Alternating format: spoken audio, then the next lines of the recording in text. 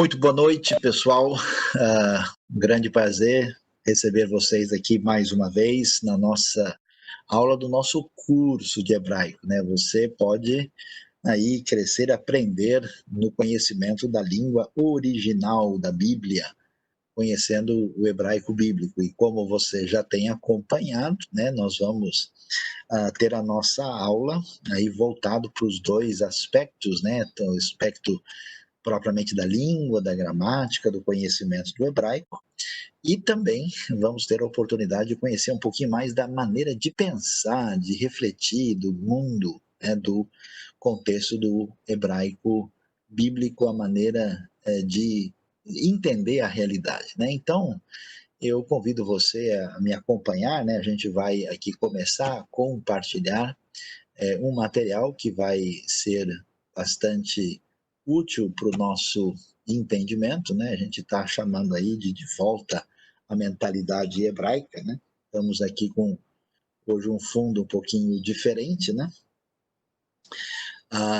Eu estou aqui com um fundo hoje de Mar da Galileia para o pessoal começar, né, a refletir aí, pensar um pouquinho nesse espaço tão especial. Vamos lá, né? O que a gente entende? Nós, aqui na maioria das pessoas que estão fazendo esse curso, né, vem de um pano de fundo que envolve a tradição protestante evangélica, e aí nós temos uma, que eu posso chamar assim, de uma caminhada, né, histórica, quando os primeiros reformadores, e aqui a gente está falando, né, envolvendo desde Lutero, Calvino, também da Reforma Anabatista, todo mundo, né? Eles começaram, né, a avaliar o caminho aí da Idade Média, né? E eles viram que o edifício teológico, eclesiástico e religioso, né, que eles tinham diante de si, né, na época ali do final do século XV, começo do século XVI, tinha se distanciado bastante da proposta original do cristianismo. E é tantos séculos, muito relacionamento com o mundo greco-romano, né? Então, o movimento da reforma, que foi uma espécie de redescoberta da Bíblia, né? O foco era um retorno às raízes, por causa da primazia da palavra. A ideia é chegar na fonte original, o cristianismo primeiro, né? E aí, esse movimento trouxe o quê? Olha que coisa interessante, um caminho de redescoberta do hebraico, né? Estudando a língua, a cultura e até mesmo a maneira de enxergar na cosmovisão, né? O que os ingleses chamam de worldview, e os alemães chamam de Weltanschauung, né? Qual é a maneira de ver o texto sagrado, né? E isso é interessante porque tem que entender isso, o seguinte, né, que no ambiente medieval as pessoas conheciam latim, as pessoas estudavam grego, né, mas as pessoas não conheciam hebraico. O hebraico era praticamente não utilizado, as pessoas seguiam a tradição, né, e aí o que aconteceu, né, é, esse momento trouxe um caminho em que o pessoal começou a ter contato, inclusive com eruditos, estudiosos judeus, para poder, inclusive, traduzir o Antigo Testamento adequadamente, né? Mas a pergunta é, será que a nossa caminhada da reforma foi suficiente para a gente resgatar essa herança primeira, né? Será que esse mundo greco-romano, muito forte, muito poderoso, tem a sua pertinência histórica, pertinência filosófica e cultural? Será que ele, de fato, permite com que a gente enxergue lá as raízes primeiras lá dos primeiros discípulos de Jesus, né? Eu tenho tido experiência de levar vários grupos de estudo bíblico lá para Israel, né? E quando as pessoas estão ali, a gente vê que elas estão, né, tentando entender algumas coisas e às vezes isso é um pouquinho difícil em função dessa realidade, né? Então, se a gente voltar, né, o nosso pensamento para esse realinhamento hebraico, isso aqui é parte de um artigo que depois a gente vai encaminhar para vocês para reflexão também, né? Isso deixaria a gente talvez mais humilde, né? Mesmo menos desejo de dominar o texto de uma maneira em que as nossas categorias muito racionalistas às vezes predominam, né? e ajudaria também a gente talvez entender um pouco a visão dos outros, né, com mais tolerância e fraternidade. A gente precisa enxergar e viver a vida sob essa perspectiva hebraica, né, numa espécie de caminho que traz um encantamento diante do sagrado, do divino, aceitar o fato que Deus é inefável, né? E a gente enxerga uma realidade muito mais complexa, né? A Bíblia hebraica, a gente vai ver, não é só uma questão de língua, né? Não é só uma questão de gramática, ela mantém uma série de questões que a gente acabou na nossa tradição, vamos dizer, greco-latina, né, e depois ocidental, separando, né, e afastando, ela mantém essas tensões e isso sem trazer nenhum prejuízo à realidade da compreensão de Deus. Então vamos lá, a gente entender alguns dos aspectos que eu vou aqui mencionar e eu vou talvez selecionar alguns aqui que poderiam, assim, não dá para a gente falar hoje somente de tudo, né? Mas olha que coisa interessante, né? No jeito grego de pensar, a preocupação com os filósofos antigos, né, especialmente quando você estuda Platão, Aristóteles, né, era exatamente descobrir, né, a chamada essência das coisas. Né? Você queria descobrir aí a questão que envolvia, né, o assunto que tinha a ver com a cosmologia e a metafísica. Né? Então, quando se pensa em Deus, apesar de que Platão e Aristóteles falam sobre Deus, eles vão enfatizar muito esse negócio de que Deus é, né? Essa descrição de um elemento visto dessa maneira é uma, vamos dizer, uma obsessão dessa busca grega. Se você olhar bem na Bíblia e olhar no Antigo Testamento, mesmo que a gente tenha essa questão, você vai até convidado depois, se quiser ver uma mensagem sobre isso no nosso canal da IBNU, né? Você vai ver que a ênfase na Bíblia, muito mais de tentar descrever a ontologia, a essência de Deus, é descrito o fato de que Deus é um Deus que age. Deus é um Deus que ele age no eixo da história. Até a questão do nome de Deus, né? A gente fala em hebraico, né? Você sabe as letras sagradas, né? Agora você já foi alfabetizado, né? É, o Yud, Rei, Vav, Rei, Yehová, Yahvé. Na verdade, aquelas 4 letras, elas representam, né, como se fosse assim, né, meio que, vamos dizer, a grosso modo, o presente, o passado e o futuro do verbo ser. Né? Então, mais do que dizer que Deus simplesmente o nome de Deus tem a ver com Deus ser o eterno. Né? E quando Deus se apresenta a Moisés, ele diz Erie, Asher Erie. Ele não diz literalmente eu sou o que sou, mas é que eu escolherei ser, ou eu serei o que eu quiser ser, né? Mostrando que Deus é incontrolável, que Deus não pode ser dominado por ser humano.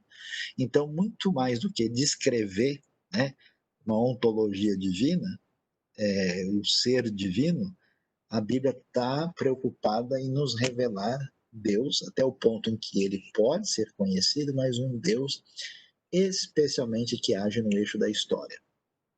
Por isso, no pensamento bíblico, uma coisa interessantíssima, tem um valor muito grande o que a gente chama do eixo do tempo, né? Enquanto no mundo grego, por exemplo, o espaço era muito importante, né? Se falava muito, né, dos elementos estéticos, né? As coisas que têm a ver com a visão têm muito valor. No mundo hebraico, a coisa vai numa direção diferente. Vale muito o tempo, vale muito a história e especialmente um Deus que age, né? Então, essa questão da história cria uma cultura que reflete muito essa importância da ação divina e da memória dessa ação divina, né, através das diversas gerações que retomam a história antiga, redefinem a sua identidade e constroem o futuro. Né? Por isso que você vai ver uma coisa interessantíssima no pensamento bíblico, que é uma coisa totalmente diferente, porque o mundo grego, o mundo pagão, eles não tinham, vamos dizer, um conceito de história muito amadurecido. Né? Eles pensavam, no máximo, na história com base naquilo que é chamado mito do eterno retorno. Porque de onde se entende o tempo? Se entende o tempo da natureza. Se entende o tempo a partir dos ciclos que nós observamos durante o ano, as estações, né? Então a impressão é que a coisa vai e volta, né? Na Bíblia, a gente vê um caminho diferente, né? Porque o tempo é o tempo divino, né? Existe um estudioso judeu que diz um negócio muito interessante, né? Que é exatamente enfatizando essa história que o tempo é a principal manifestação de Deus, né? O transcurso do tempo vamos dizer assim, uma espécie de comprovação da existência divina. E nesse aspecto, quer dizer que o tempo ele é preenchido de significado, né? Ele tem começo, ele tem meio, ele tem fim, ele tem propósito, ele tem diretriz, né? Por isso que a gente vai ter na Bíblia o desenvolvimento desse raciocínio histórico e apocalíptico, né? A história não está solta, ela está caminhando numa diretriz que tem propósito, ela vai trazer uma solução para o problema do mal e do sofrimento, e ela tem um desfecho apoteótico, vencedor e extraordinário que tem a ver com esse caminho, né? Messiânico, escatológico, apocalíptico, né? Que é filho, né? Desse pensamento histórico. Então, isso é muito interessante para a gente ver. E você sabe que, na verdade, na cultura ocidental, a gente fala, mas estuda muito nas escolas, né? O pensamento grego, a importância dos povos aqui, a influência dos romanos no direito. E a gente pensa assim, os hebreus eles contribuíram com a religião, né? E mais do que isso, né? Porque esse raciocínio histórico entrou, por exemplo, na história ocidental por meio de Agostinho, mas a raiz é a raiz hebraica, é a raiz de pensar em termos do valor da história, né? Então, é muito interessante a gente dar uma olhada nesses elementos, né? No mundo grego, né, que acabou sendo, vamos dizer, no mundo pagão, uma libertação do mundo cheio de mitos, né, e de temores da religião pagã antiga para uma libertação da razão, né? A razão torna-se um instrumento para avaliar a realidade, né, fora do pensamento mítico. E aí você vai ver isso, né? Especialmente em Platão e Aristóteles, que acabam sendo uma análise racional, né? Mas essa razão, ela é uma razão dominadora, né? Ela é uma razão que transforma o mundo em um objeto que é analisado pela perspectiva do homem, e o ser humano necessariamente adquire o centro do palco, né? O Protágoras dizia que o homem é a medida de todas as coisas, né? No pensamento bíblico, você não tem assim uma ênfase numa razão independente e nem tem uma postura de rejeição da razão. Mas você tem uma ideia tão significativa, né, em que a realidade humana só é entendida em função da realidade superior, que é a realidade de Deus. Por isso que a Bíblia, por exemplo, olha que coisa diferente, né? Você vê que a Bíblia não gasta tempo tentando provar racionalmente a existência de Deus. O Gênesis abre, ele não entra, né, em discussão, olha pessoal, vou mostrar aqui do ponto de vista racional. Não, ele chega já afirmando, né? No princípio criou Deus os céus e a terra. Aliás, você já vai aprendendo aí, né? Bereshit bara Elohim et hashamayim ve'et haaretz, né? Ele apresenta o fato de que Deus é o Senhor sobre tudo. E esse elemento é importante porque Deus é a realidade unificadora da experiência que nós temos com respeito ao mundo à nossa volta, né? A centralidade humana não é a referência que acompanha o pensamento hebraico, né? E a razão também tem um seu papel limitado, né? E aí nós vamos ver uma coisa interessante, porque esse mundo grego vai caminhar na direção de um antropocentrismo, né, como a gente mencionou, né, que é tão enfatizado por Protágoras e é tão marcado pelos grandes filósofos, né, vai ter um amadurecimento desse antropocentrismo na estrutura social, né, de modo que você vai ter a Grécia era um ambiente meio difícil, né, assim, porque as cidades chamadas cidades-estados eram tudo separadas pela geografia, né, você vai ter o surgimento dessa preocupação com a polis, né, de onde vem a nossa palavra política, e vai surgir o Estado, né. Você vê que no pensamento bíblico a coisa vai numa outra direção, né, porque essa ideia de que Deus é o centro de tudo, é uma ideia teocêntrica, ela vai mostrar um enfoque de que Deus age na história de uma nação em que ele escolhe agir de maneira particular e especial, ao mesmo tempo que ele age no cenário dos outros povos também. Então, essa ideia do Deus agindo na história, né? E aí a relação é muito interessante, não focaliza tanto uma polis, um estado. Aliás, na Bíblia isso vai aparecer confuso, porque os estados surgem, né? Vamos dizer assim, a cidade independente de Deus, desde o Gênesis 4, ela surge como uma atitude de arrogância, de prepotência, de autossuficiência, né? E enquanto, na perspectiva hebraica, vale muito a pessoa diante da relação que ele tem com a tribo e com a família. Interessante, porque quando você vai falar da identidade de alguém, você não falaria o que a gente diz, ó, fulano é um filósofo grego, olha, o ciclano é um médico francês, olha, o indivíduo ali, ele é um engenheiro polonês. Não, você descreve a pessoa em função da relação que ele tem, né? Veio a palavra do Senhor a Jonas, filho de Amitai. Você nem chama ele de profeta, né? Vamos dizer de quem ele é filho, de que tribo ele é, né? A quem ele pertence, né? Quando Boaz fica sabendo que Ruth chegou e ele quer saber quem é a Ruth, ele não diz quem é ela. Ele pergunta a quem ela pertence, ou seja, qual é a família. O universo relacional, né, sob essa ação divina maior na história, ele é absolutamente importante, valioso e significativo. Por que isso é tão importante para a gente pensar na nossa aula, né? Porque quando você vai estudar o hebraico, vai conhecer as letras, as palavras, né, você deve saber que existe todo um mundo, um admirável mundo velho, né, por trás dessa realidade e que é absolutamente especial, significativo e que ajuda a gente a entender as coisas mais adequadamente. Se você vai aprender, né, o hebraico com a intenção de entender a realidade bíblica, né, que está presente nesse contexto hebraico, certamente a gente tem condição aí de se aprofundar, né, de maneira mais adequada. Como é que o mundo grego se desenvolveu?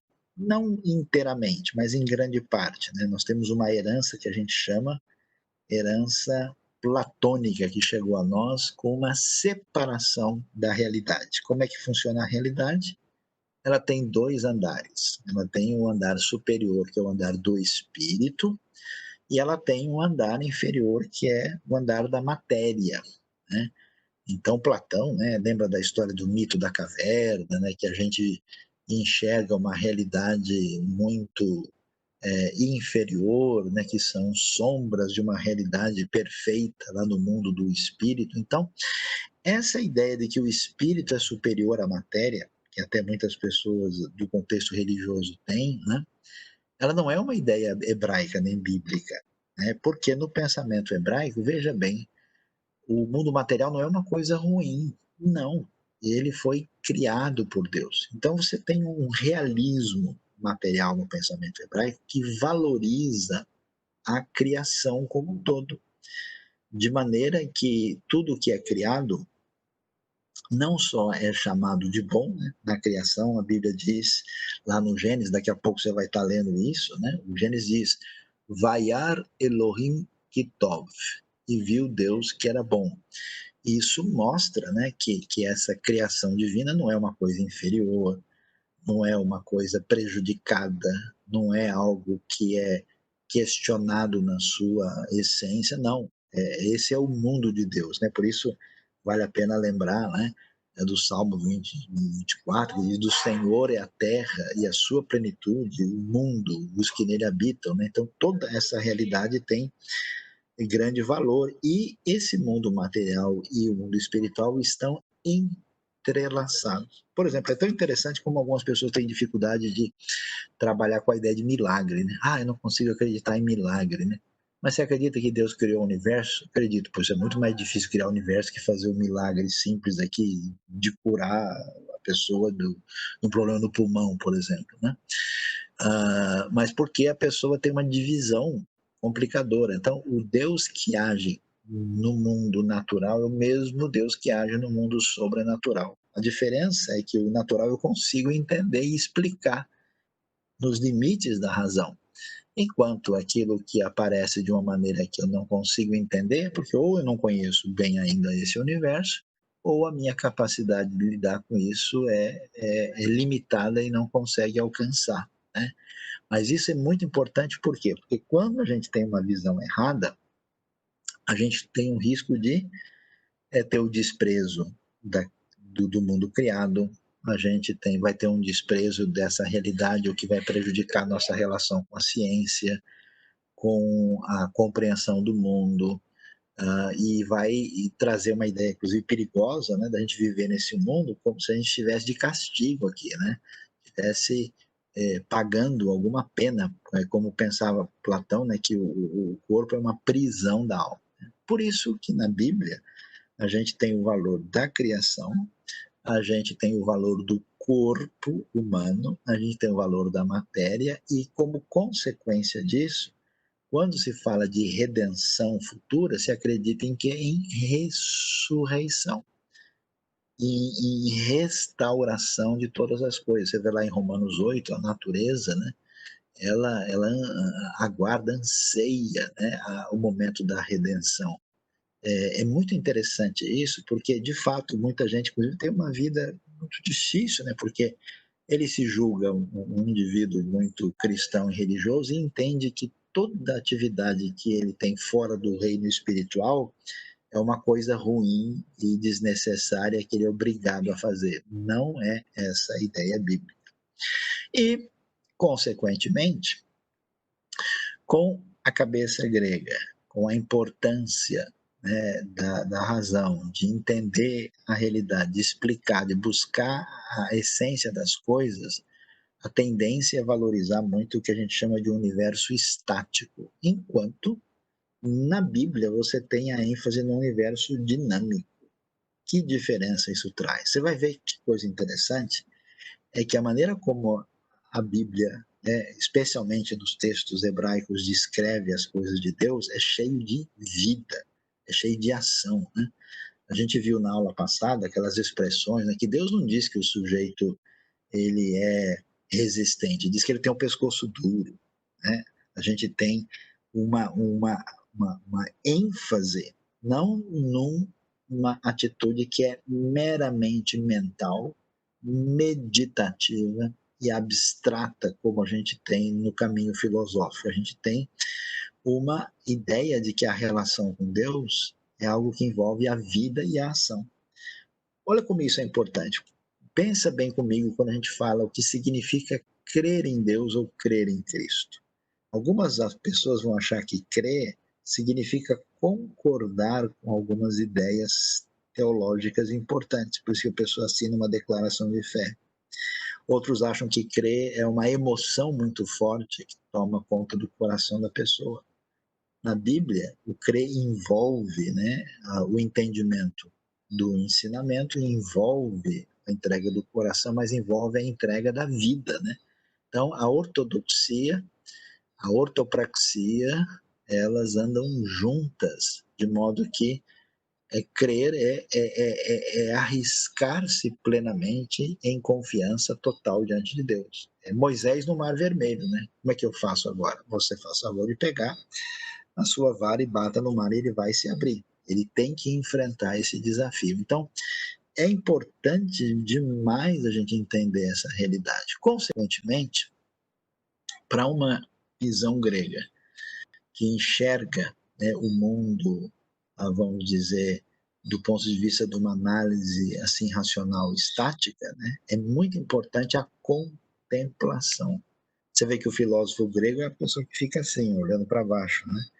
Ele fica pensando profundamente e isso produz uma caminhada muito ligada a uma atitude de passividade. Talvez seja essa uma razão que muita gente, no contexto, por exemplo, religioso cristão, acha que se ele vai uma vez, né, por semana numa determinada comunidade e ele assiste, vê e concorda e acha bonito, que a coisa está bem, né? É mais ou menos um mundo sem movimento. No pensamento hebraico, a vida não pode ser marcada só por uma apreciação racional da verdade. Isso é muita filosofia, mas é pouca Bíblia, né? Então existe um elemento de ação transformadora, né? Então Deus, quem é o Deus que se revela? É um Deus que age na história, é Deus que muda o cenário, é Deus que mexe na vida das pessoas, é Deus que, como Jesus faz, né? Jesus está não só Jesus não tem alunos no sentido que a gente tem hoje. Jesus tem discípulos, são pessoas que caminham com ele, imitam ou devem imitar a vida que ele tem. Então você veja que o enfoque é muito mais amplo, né? E não vou mais entrar em detalhes, vou deixar essa parte aqui para uma outra oportunidade, né? Descrição linear e racional, as poesias, metáforas e narrativas que a gente vai ver, a questão do espaço, do tempo, domínio e controle, mas especialmente essa questão de submissão e reverência que a gente ainda vai ver mais para frente, e eu queria caminhar para o nosso desfecho dando aí umas orientações interessantes para vocês, né? A gente vai encaminhar alguma coisa em português para vocês, mas quem gosta de se aprofundar e estudar mais, ó, tem um estudioso norueguês chamado Thorleif Bowman, que escreveu um livro muito interessante que é o pensamento hebraico comparado com o grego, né? Hebrew Thought Compared with Greek, que é a obra em inglês que mostra isso, né? Um outro francês escreveu Essai sur la pensée hébraïque, Claude Tresmontin, um ensaio sobre o pensamento hebraico, que também é uma obra interessante para fazer essa ponte. Um rabino de Nova York, muito interessante, ele, Max Kadushim, escreveu Organic Thinking. Ele era um professor no Seminário Teológico Judaico de Nova York, e ele faz a comparação com a mente rabínica, né, que é um jeito também da gente entender isso. E um professor recente de Cambridge, né, Yoran Hazony, né, que publicou pela Cambridge University Press, The Philosophy of Hebrew Scripture, né, a filosofia das escrituras hebraicas, que ajudam a gente a entender um pouco mais desse cenário, né? Então, o que a gente quer dizer com isso? É que a IBNU está exatamente oferecendo esse curso para ampliar os nossos horizontes linguísticos, culturais, espirituais e hermenêuticos e teológicos, né? Por isso, veja lá, né, o que a gente apresenta aqui, né? Se a gente quer construir uma reforma plena, né, como os primeiros reformadores estavam pensando, que era o que a ideia de um retorno completo às escrituras, né? Porque essa foi a grande revolução nesse período, né? Quer dizer, a gente não vai se guiar pela filosofia, a gente não vai se guiar pela instituição como referência máxima, mas a gente quer se voltar para as raízes, e as raízes têm a sua referência na escritura. Então, por meio de uma teologia, de uma igreja mais viva e apaixonada por Deus e sua graça, se a gente deseja, né, experimentar essa intensa sintonia que envolve reflexão, espiritualidade, crescer ainda com humildade, né, e ao mesmo tempo, né, com essa visão mais ampla, crescer em tolerância e união em Cristo aí, é necessário revisitar o mundo hebraico. Tem muita sabedoria, muita dica inteligente, bonita, bem focada, né? E que é a matriz fundamental que estrutura e fundamenta aí de maneira plena o pensamento bíblico, né? Então, a gente quer apresentar essa introdução para vocês, e cada semana a gente vai entrar com alguns aspectos interessantes desse mundo hebraico, né? Para que você venha aí se desenvolver, né, de maneira mais plena no sentido de cosmovisão e de cultura hebraica para poder apreciar a língua da maneira adequada, tá?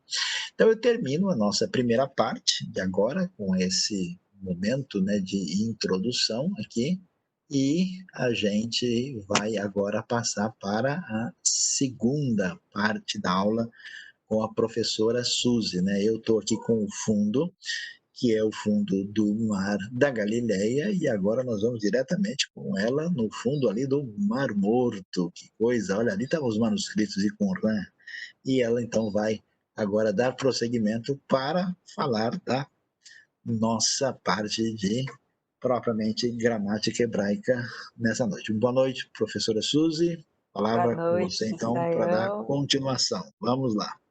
Ok. Você me passa, por favor, o apresentador?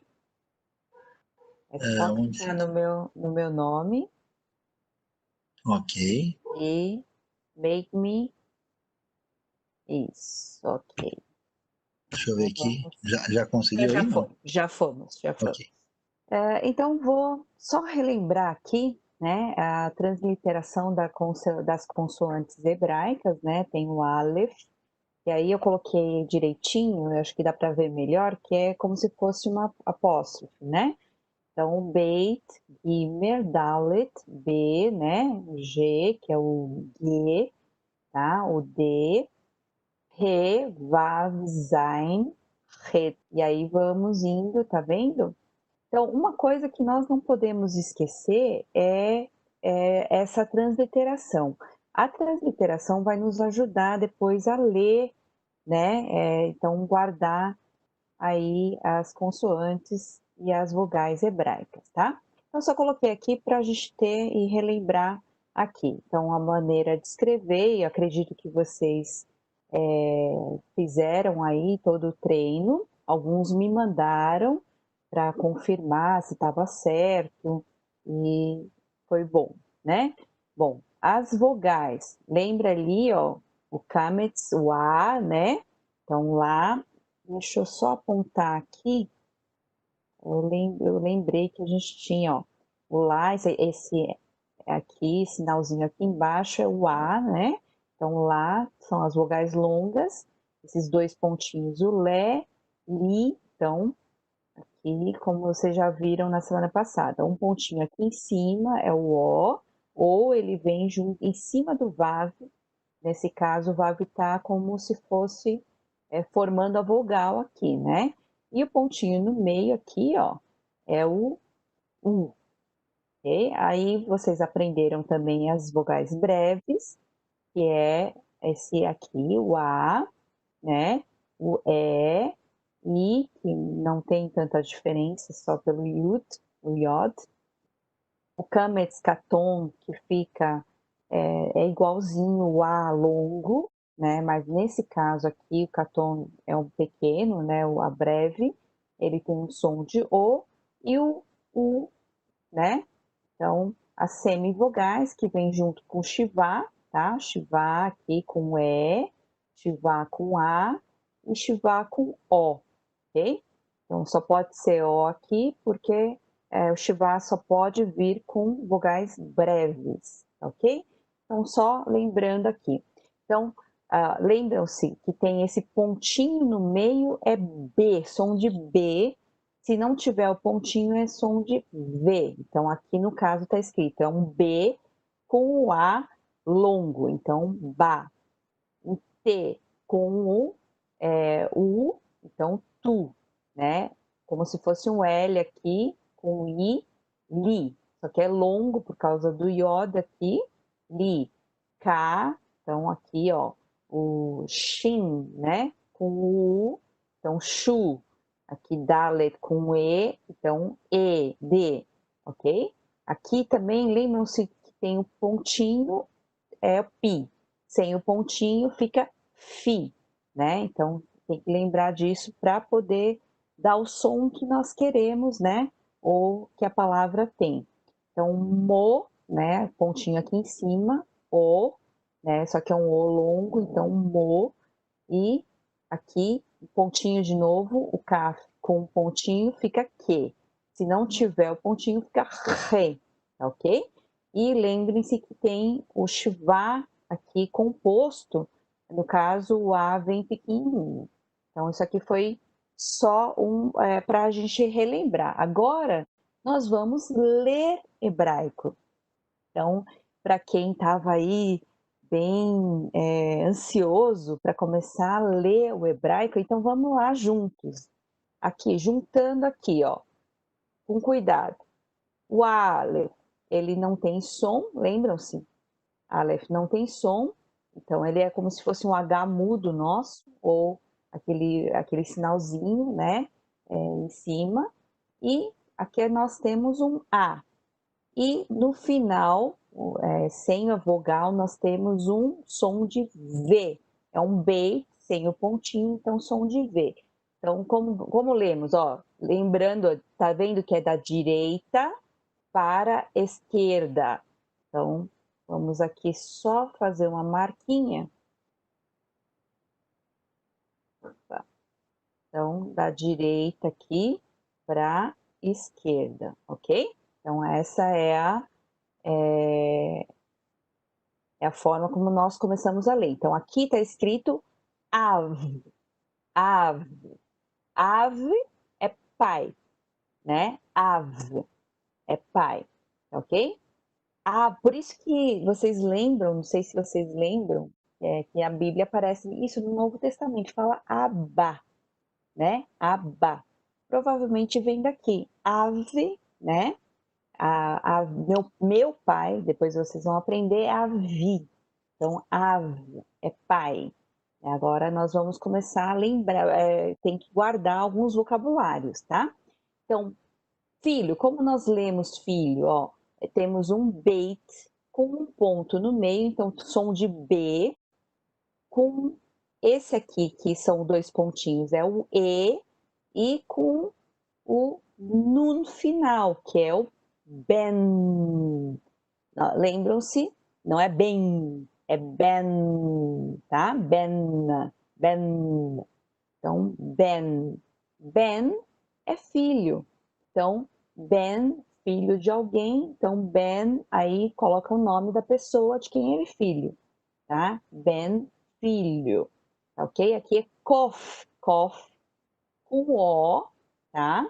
E L no final, lamed no final. Então, fica col, col. Então é voz, som, col. Col com cof é voz, som. Quando fala ali no Jardim do Éden, eles ouviram, algumas versões falam voz do Senhor, algumas versões trazem os passos, né? O som dos passos. É isso aqui, ó, é o col, tá? De Deus. Então, col, col. Então, lembram-se que o L tem que ser L no final. Col, ok? Não col, tá? Col, ok? Então, aqui, ó, o Aleph, né, com I longo e com Shin, Shin no final. Então, fica Ish, Ish. Sabe quando a gente fala Ish, né? Ish é homem, né? E para mulher, para facilitar, Ish, Isha. Então, Ish, Isha. Por isso que no hebraico, quando nós lemos a Bíblia, é interessante. É a Isha que saiu do Ish. Então, é muito poético quando nós lemos em hebraico. Ish é homem, mas é fácil de lembrar, né? Ish é homem, ok? Então, Shin, ok? Com e mem final. Então, Shem, Shem. Então, Shem é nome, ok? Os judeus, eles não pronunciam o nome de Deus, eles chamam de Hashem. Então, é o nome. Então, Hashem, Shem. Então, vamos aí, todo mundo, claro que não podemos abrir os áudios, mas todo mundo acompanha aqui comigo e repitam comigo. Av, Av, pai. Ben, Ben, filho. Kol, Kol, voz ou som. Ish, Ish, homem. Shem, Shem, nome. Ok? Então, vamos lá mais um pouquinho. Então, re aqui com u, ok? E essa consoante que é o Aleph, ele vem aqui, é como se fosse uma marca, ele não tem som nenhum, tá ok? Mas ele vem. O Ru, aqui está escrito somente Ru. Então, é o Re com U. Ru, Ru significa ele, ok? Ru, ele.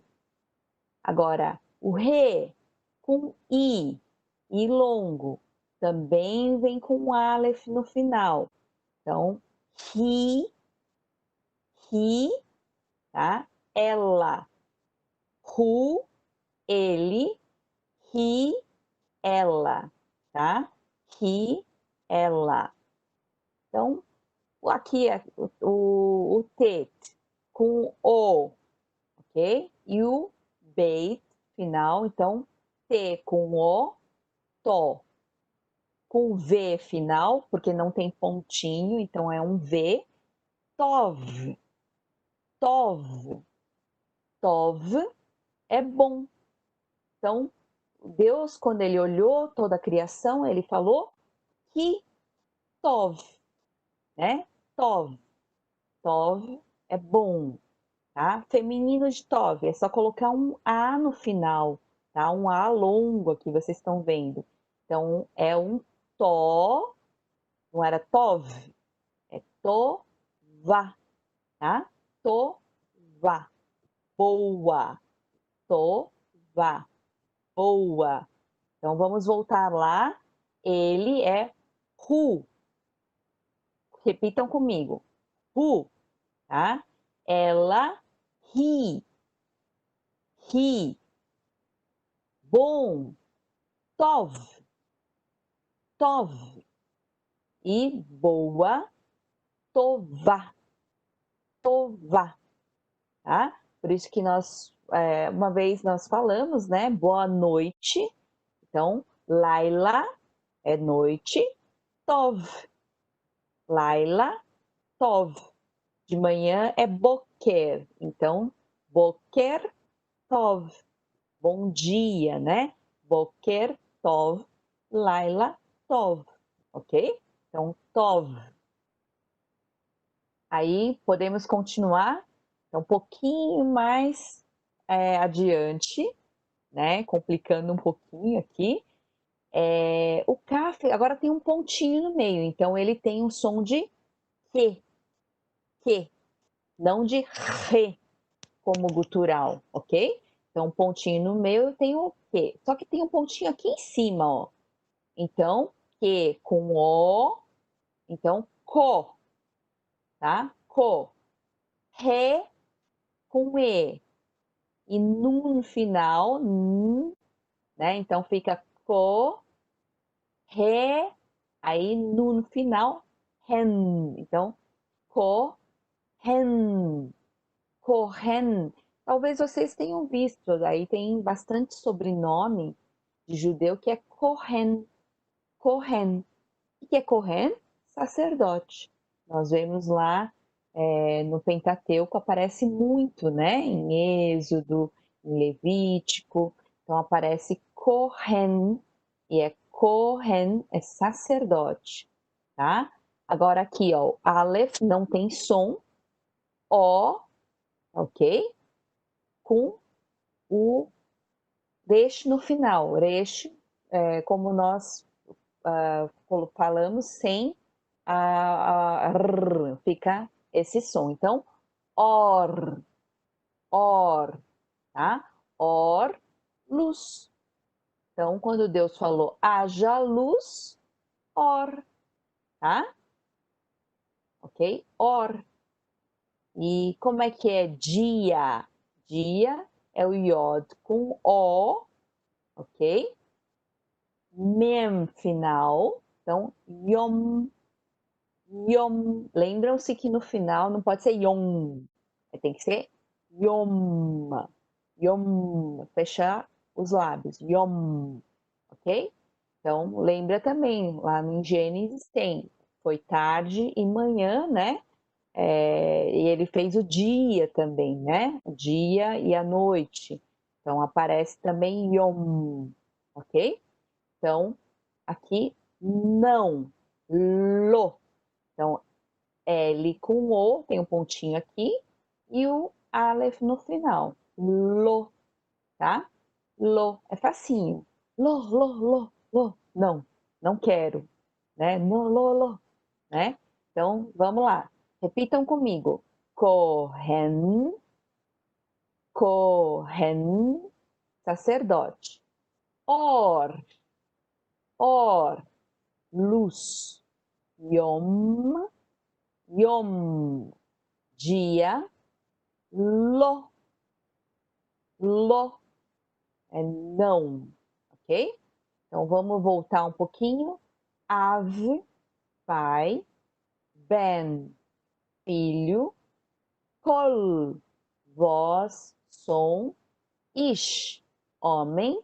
Isha, mulher, que não está aqui, mas a gente falou. Shem, nome. Hu, ele. Hi, ela. Tov, bom. Tová, boa. Kohen, sacerdote. Or, luz. Yom, dia. Lo, não, ok? Agora, essa palavrinha que todo mundo já ouviu falar, né? Então, vamos ler juntos agora, tá vendo? Aleph não tem som. Aqui a gente tem o Shivá composto. Shivá com E. Então, E. Então, aqui é E. L aqui, né? O Lamed com O, tá vendo? O pontinho. Re com I, Ri e Mem final. Então, Elohim, Elohim. Agora, vocês sabem como escrever em hebraico a palavrinha que todo mundo já conhece de ouvir falar, é Elohim, que é Deus, tá ok? Agora, Shin com A, Shá. Lamed com O, Lo e Mem final. Shalom. Então, também é uma palavrinha que todos nós conhecemos. Shalom. Shalom, paz, né? Shalom. Ok? Então, aqui tem um Tav com um pontinho no meio, tá? To com O. Então, To. E Resh com A, final aqui, A longo. Então, Torá. Também conhecemos de ouvir falar. Torá, que é a lei, né? Torá também são os 5 livros, né? Os Pentateuco, que nós falamos, tá? Então, Elohim, Shalom, Torá, ok? Aqui tem o Tzad com A, um Dalet com ponto no meio e um Kof final. Então fica Sadik, Sadik, tá? Sadik é justo, que aparece também muito na Bíblia. O justo, o ímpio, né? É o Sadik, tá? Sadik. Então vamos lá. Repitam comigo. Elohim, Elohim, Deus. Shalom, Shalom, paz. Torá, lei. E tzadik, tzadik. É um TS, então tzadik, tzadik, ok? Então, aqui temos mais um pouquinho, né? Vamos fazer um pouco mais para vocês poderem guardar mais palavras. São palavras principais que aparecem bastante na Bíblia. Então, vamos lá. Am, agora não é o Aleph, é o Ain, né? Mas o som é o mesmo, não tem som. Então, fica am, tá? O que é am? Povo. Am Israel é o povo de Israel, né? Que aparece bastante na Bíblia. Então, Am, Israel, povo. Então, povo, tá? Aqui, uma outra casa que uma coisa que parece muito é essa palavrinha aqui, casa. Aqui, ó, tá vendo um beit agora tem o pontinho no meio, então fica com som de B. Com A breve, tá? E I, com Yud, I, o Yod, I. E Tav final, T final. Então fica Bait, Bait, Bait, tá? Que é casa. Bait, ok? Casa, não precisa ser exatamente a casa, mas pode ser a casa de Davi, né? Casa, pode ser família, pode ser descendente, enfim, pode ser, tem um significado muito mais amplo do que casa como nós moramos, né? Então, Bait também aparece muito. E aqui, ó, cidade, cidade de Jerusalém, né? Então, ir, olha aqui, ó, Ain, I e deixe final. Então, ir, né? O nosso ir, vocês guardam aí que é cidade, ir, tá? Ir, Jerusalém, ir, cidade de Jerusalém, né? Ir, tá? Ir São Paulo, né? Ir, ok? Cavalo, cavalo, ó, tem dois aqui S's, tá vendo? Que é um samek, tem no começo e no final, e tem um U, então é sus, tá? Sus, cavalo. Então vamos lá, repitam comigo. Povo. Bait, casa. Ir, cidade. Ir, então sus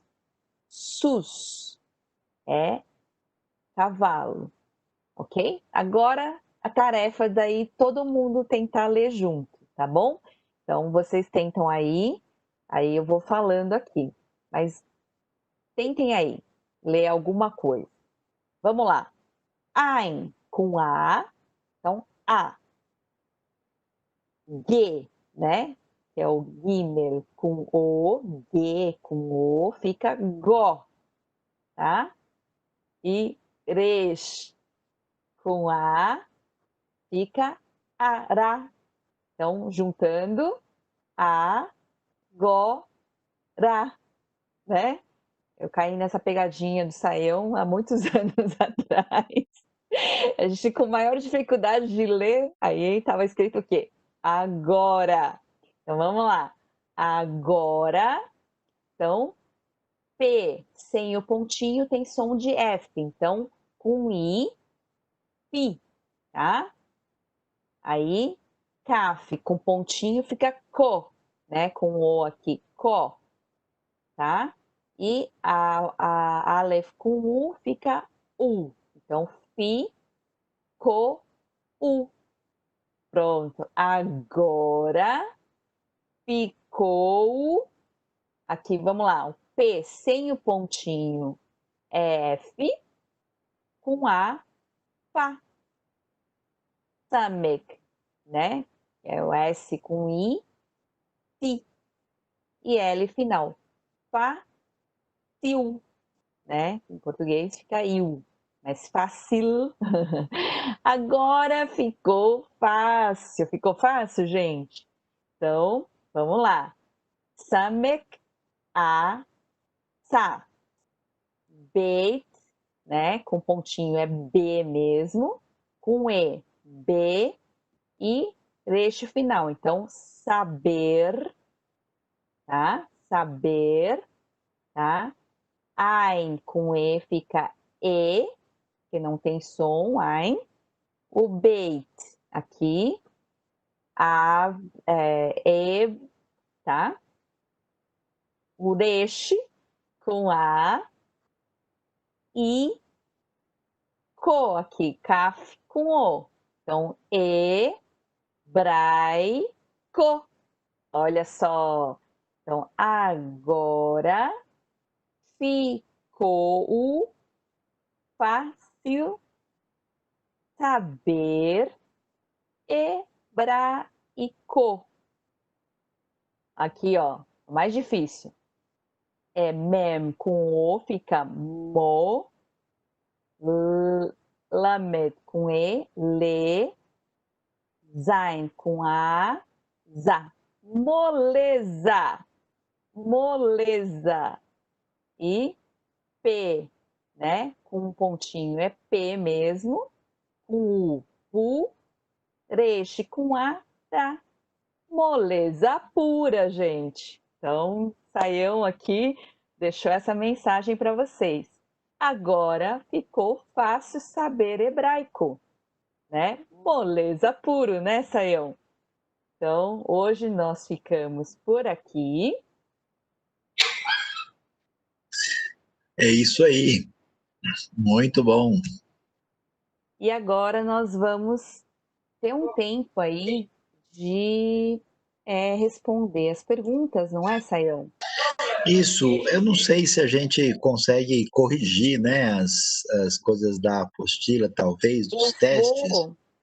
Eu vou mandar os gabaritos, ok? Eu vou Tá bom? pedir agora para a conexão, ela vai mandar os gabaritos, eu já dei uma revisada, tudo certinho.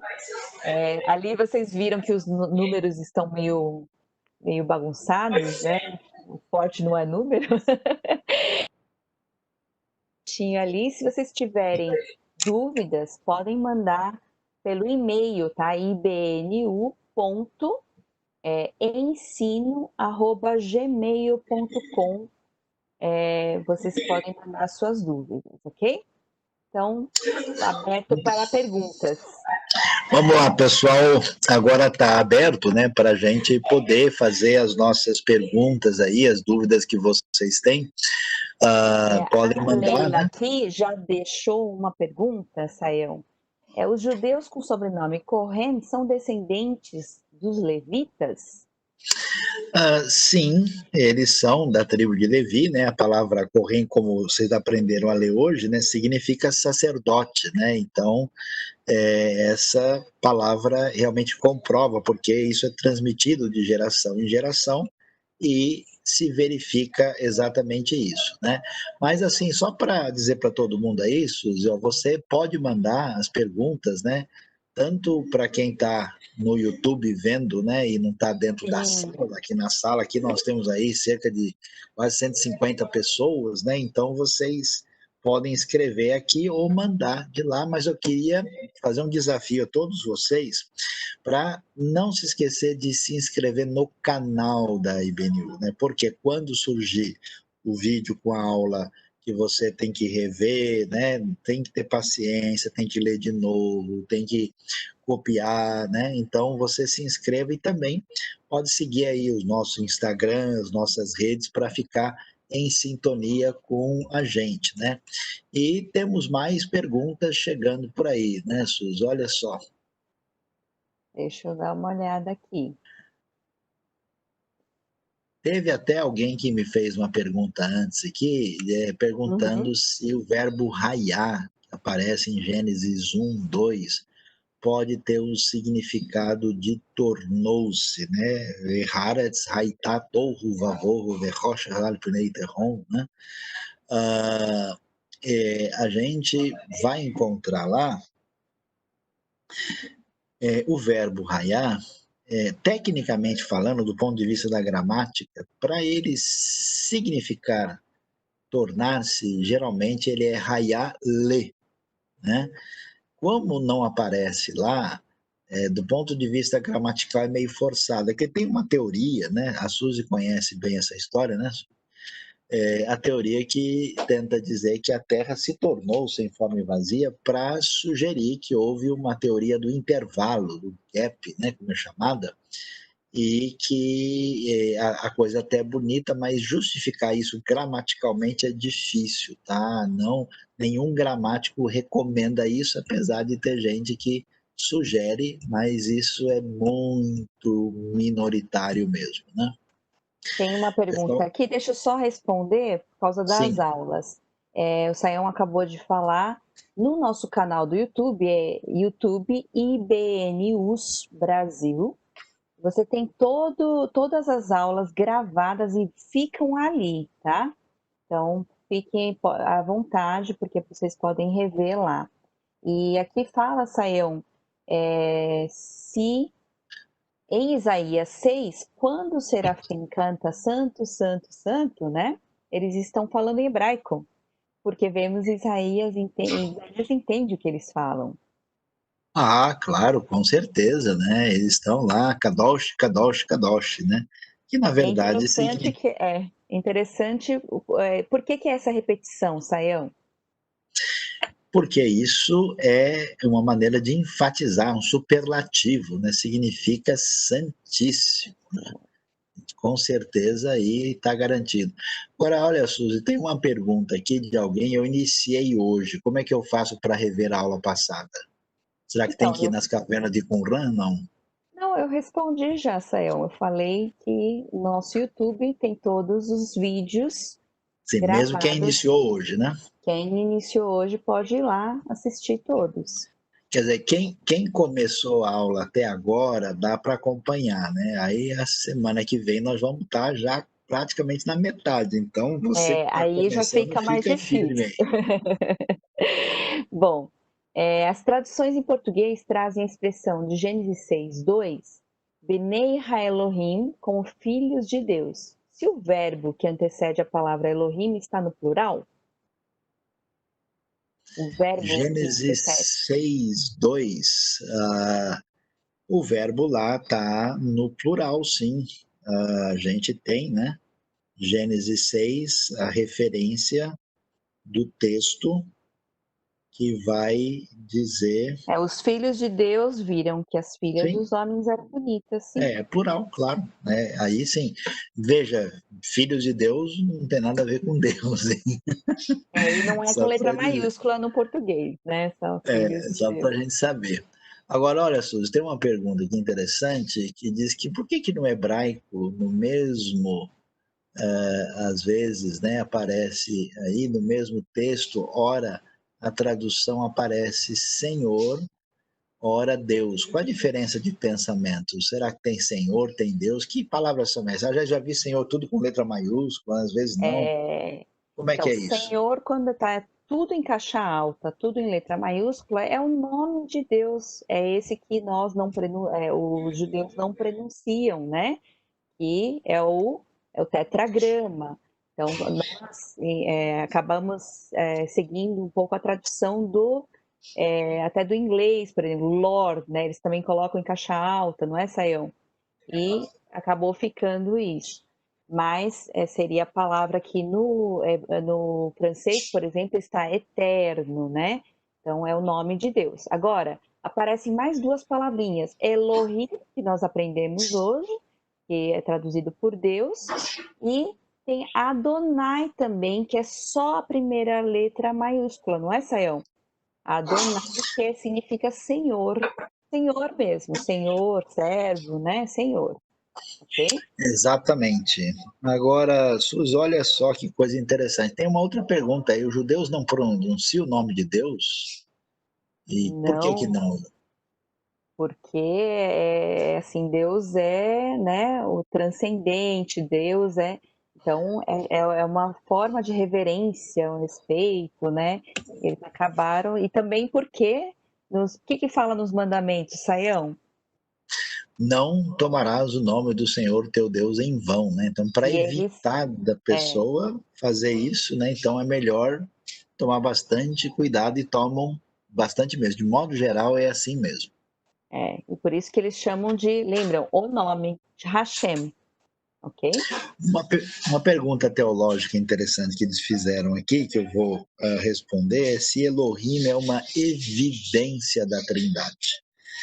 Olha, Elohim não é um plural trino, né?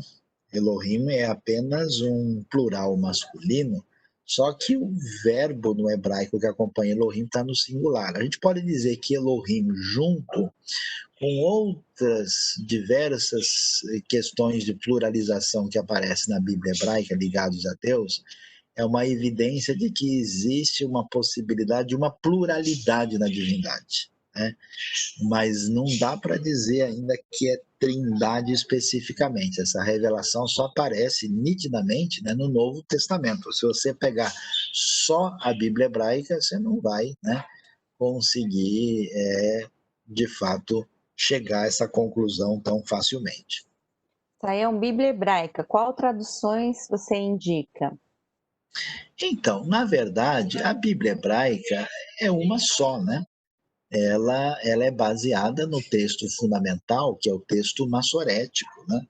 E vamos dizer, a Bíblia hebraica oficial que a gente utiliza, ela é publicada e é chamada de BHS, Bíblia Hebraica Stuttgartensia, né? Publicada pela Sociedade Bíblica Alemã, Deutsche Bibelgesellschaft. Né? E lá você tem o texto todo padrão com as anotações dos massoretas e um aparato crítico que mostra a discussão de alguns manuscritos, mas todos os textos são traduzidos da mesma referência anterior, né? Que é exatamente a massorética. Agora, tem uma pergunta que adquiri um livro sobre os verbos hebraicos, mas era sobre os verbos no hebraico moderno. Qual é a diferença? Que livro me indica para melhor compreensão dos verbos hebraicos bíblicos?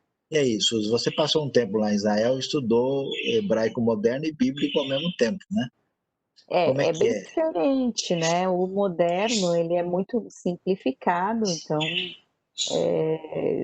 assim, praticamente eles usam as formas, como é que fala? As formas no infinitivo, Presente? né? No presente, Sim.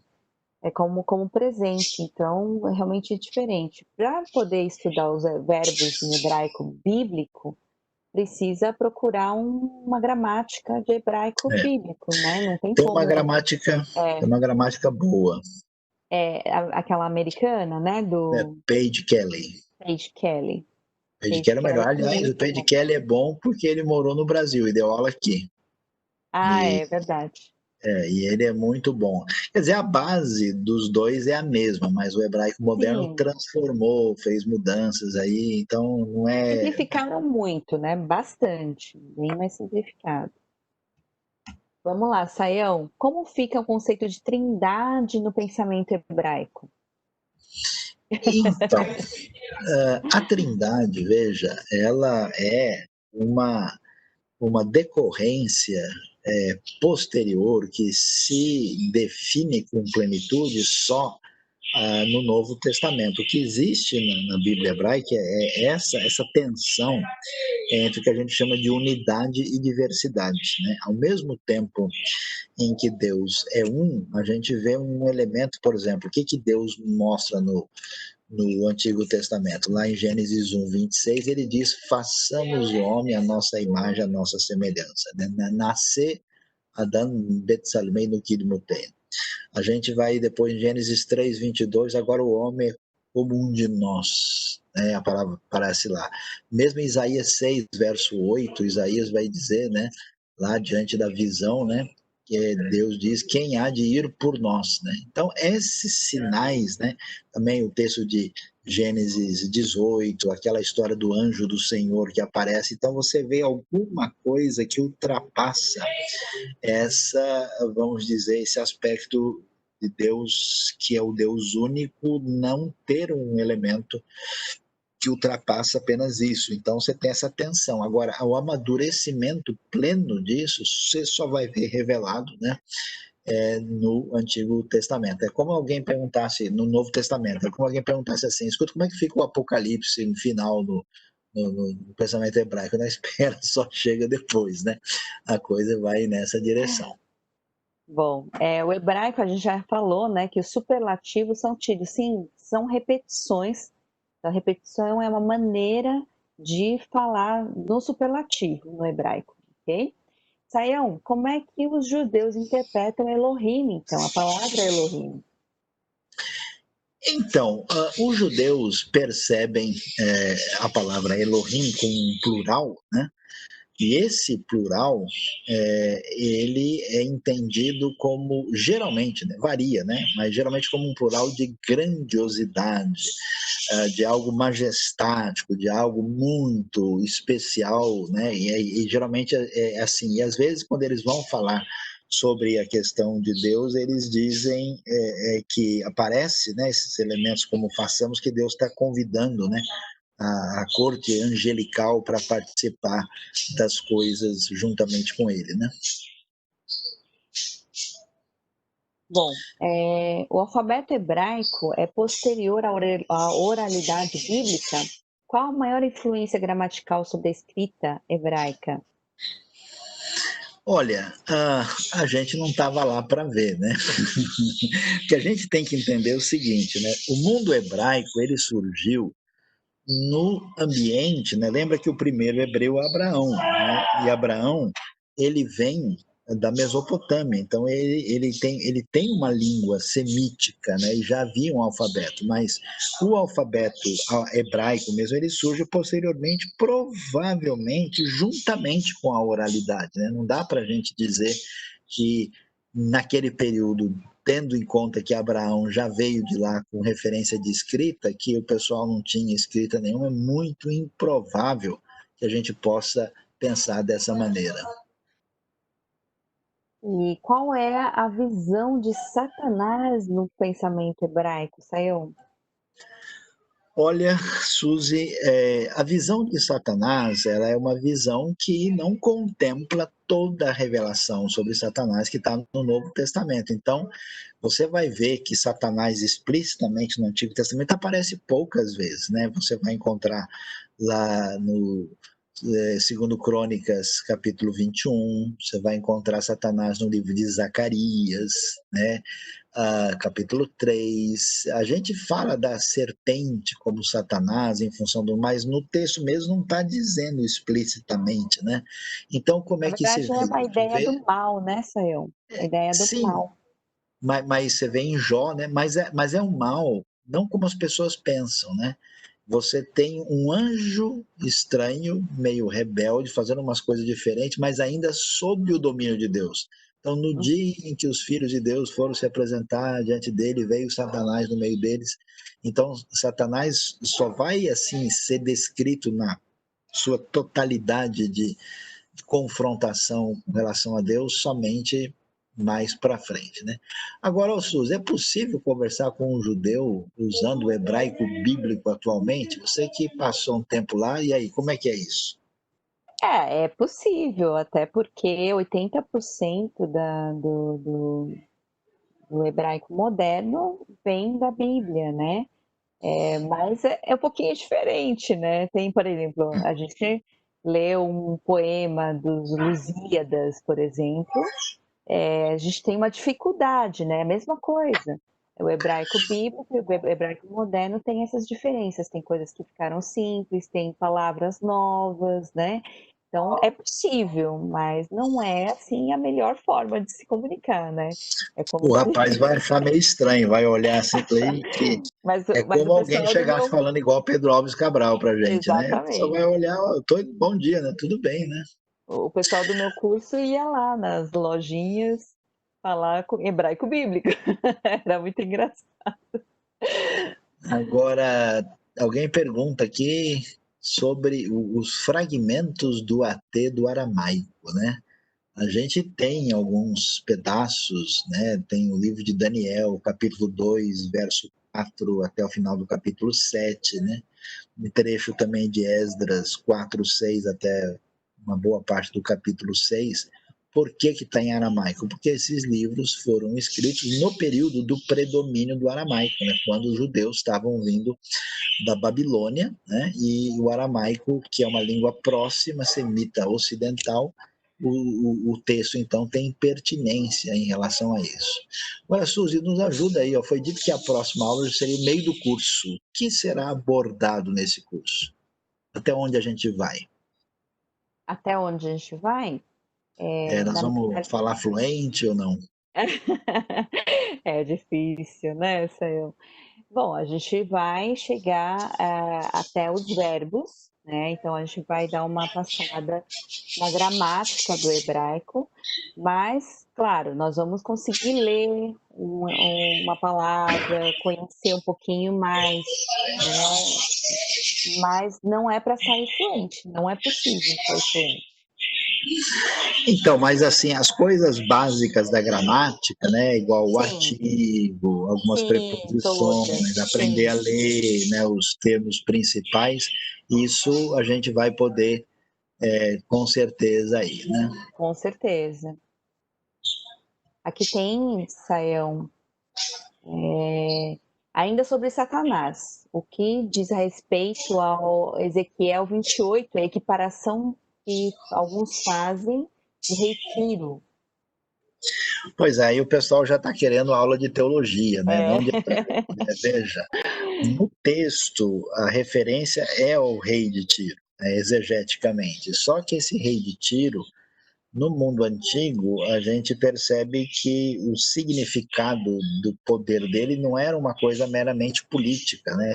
Quando um rei dominava, ele dominava em nome dos seus deuses, dominava em nome, né, das suas atividades que envolviam o mundo político e o mundo espiritual. Então, assim, do ponto de vista teológico, a gente pode dizer que a inspiração por trás dos monarcas do mundo antigo pagão era uma inspiração que não era divina, né? Era satânica. Agora, no texto em si, no texto não tem o objetivo de dizer isso, né? O pessoal fez umas perguntas linguísticas aqui que acho que dá para a gente colocar tudo junto, né? Estão perguntando sim, se a Septuaginta é uma versão confiável. Veja, a Septuaginta, de modo geral, é uma versão muito boa, até pela época que ela foi feita, em função de tudo o que acontece. E o Novo Testamento cita a Septuaginta várias vezes, mas cita de maneira muito limitada, né? Pouca coisa, não quer dizer que a maioria do que está lá veio da Septuaginta. Né? O livro de Hebreus é muito claro que é a Septuaginta. Né? E uma boa parte do que nós encontramos na Septuaginta é tranquilo. Agora, tem outros textos, alguns livros em que a tradução está difícil, mas esses textos não são considerados. Então, vamos dizer, a gente não tem um prejuízo significativo, né, nessa caminhada, não. Né? Saião, então qual é a origem do aramaico? Ele é posterior ao hebraico? E aí também você já emenda um pouquinho, O o garítico, garítico tem importância aí no estudo da Bíblia?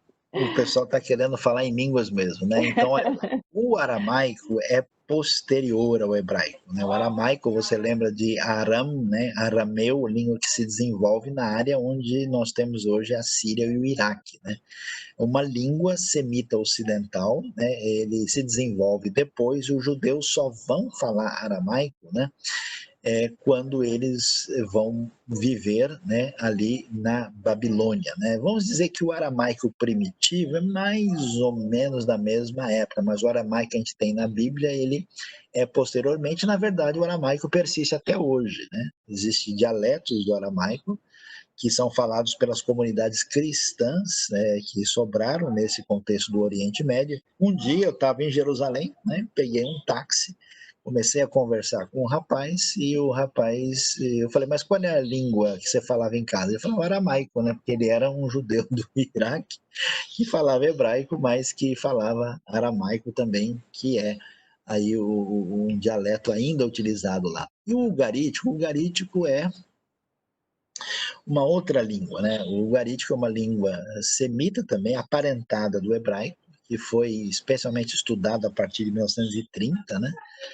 Numa localidade chamada Ras Shamra, né? Na região do Líbano, e os estudos, especialmente feitos pelo Cyrus Gordon, né? Ajudaram muito a entender a poesia hebraica, a ligação e a conexão, né? Com os textos que aparecem no Antigo Testamento, né, especialmente poéticos, e que ajudam aí a fazer essa conexão direta, e é um texto, uma língua importante para essa comparação, sim. Bom, tem uma pergunta aqui falando que se é possível fazer exegese com esse curso. Eu acho que sim, já dá para começar a pensar, porque o mais importante, claro, é você ler um pouquinho de hebraico, entender a mentalidade e aprender também a usar como um hebraico instrumental. Então, nós podemos e vamos dar aí alguns livros, bibliografias ou até sites assim onde vocês podem trabalhar com consultas, né? E entendendo um pouquinho melhor o texto. Agora, sair fazendo exegeses, né, assim, avançadas, precisa de um pouquinho mais de estudo, precisa entender um pouquinho mais, se aprofundar um pouquinho mais, ok? Muito bem. Nós temos algumas perguntas aí, né? E até perguntas assim de pessoal que andou estudando bastante mesmo, né?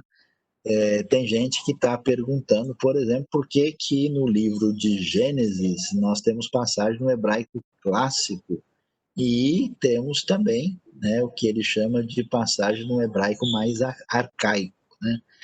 Bom, vamos assim dizer, a gente sabe, né, que o texto do Antigo Testamento, incluindo Gênesis, ele tem um desenvolvimento histórico e ele tem o que a gente pode chamar de um trabalho de redação final, né? Porque, por exemplo, Gênesis cita lá no capítulo 14, né, que os homens de Abraão perseguem os inimigos até chegar em Dan.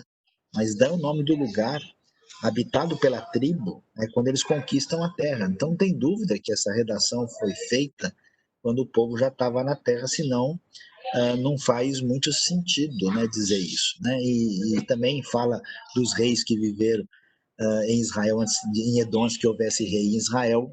Então, assim, como o texto tem origem mosaica, né?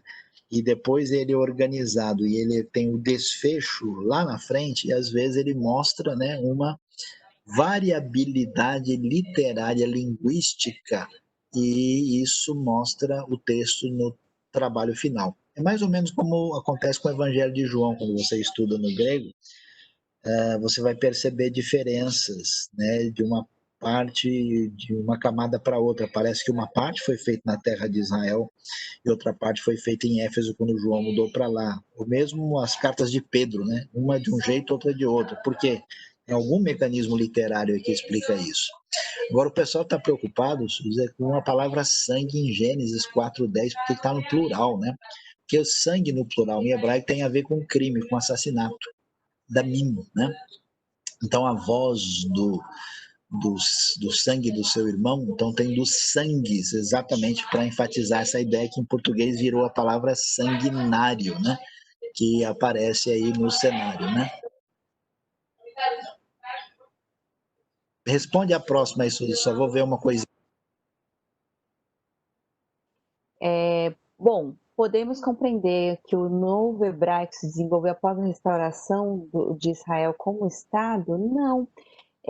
Na verdade, o hebraico nunca se perdeu no sentido de não ter uso.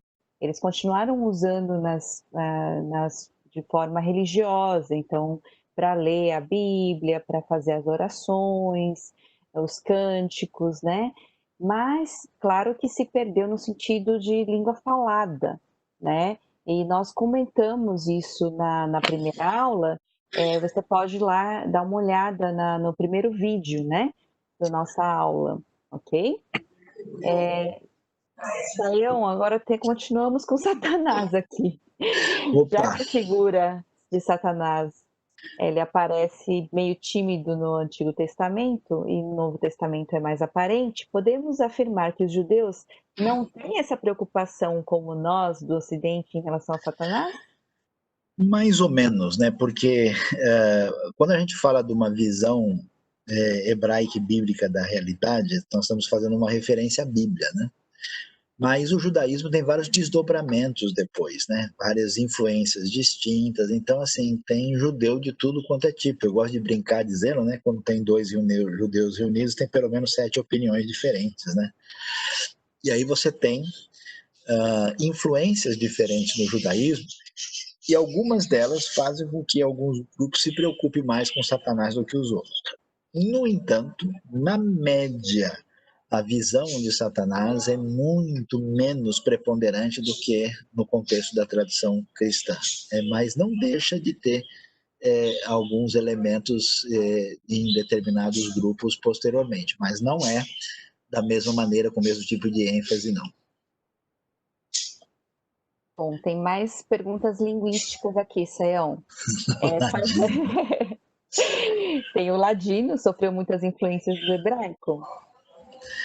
Então, o ladino, na verdade, é preponderantemente espanhol, né, com um pouquinho ali de português e um pouco de hebraico. Não, não é, né? Assim como o Yiddish é uma língua germânica, o ladino é uma língua latina com pouca coisa assim do hebraico, né? O hebraico não tem um papel preponderante assim, né? Até o pessoal está preocupado com o hebraico, como a gente mencionou na primeira aula, na história, né? Você tem um desenvolvimento e o hebraico moderno ele se inicia, né? Antes do Estado de Israel e ele, vamos dizer, progride fortemente. A gente falou do Ben Yehuda, né? Que criou o seu filho falando hebraico e houve um trabalho de reconstrução do hebraico para o mundo moderno, né? Então foi preponderante o papel do Estado de Israel, mas não quer dizer que ele só apareceu depois da fundação do Estado, não. Ele precede isso e tem ligação com o movimento sionista.